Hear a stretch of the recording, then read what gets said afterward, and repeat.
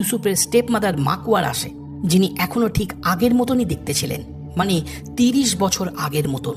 সে ইউসুফকে বলে আইখা অসুস্থ। নূর পালিয়ে যাওয়ার পর তার অবস্থা আরও খারাপ হয়।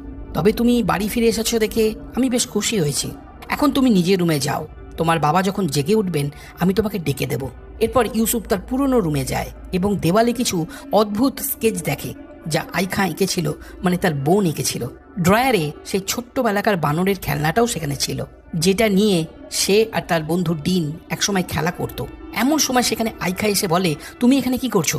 এটা এখন আর তোমার রুম নেই, তোমাকে থাকতে হলে নিচে গৃহকর্মী রুমে থাকতে হবে।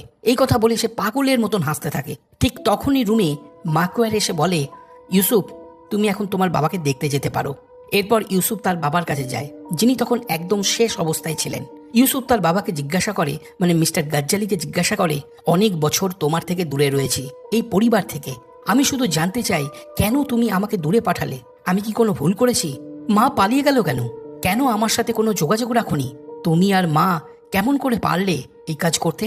এই কথা বলে ইউসুফ কেঁদে ফেলে। ঠিক তখনই হঠাৎ তার বাবা জেগে ওঠেন আর ইউসুফকে দেখে বেশ খুশি হন।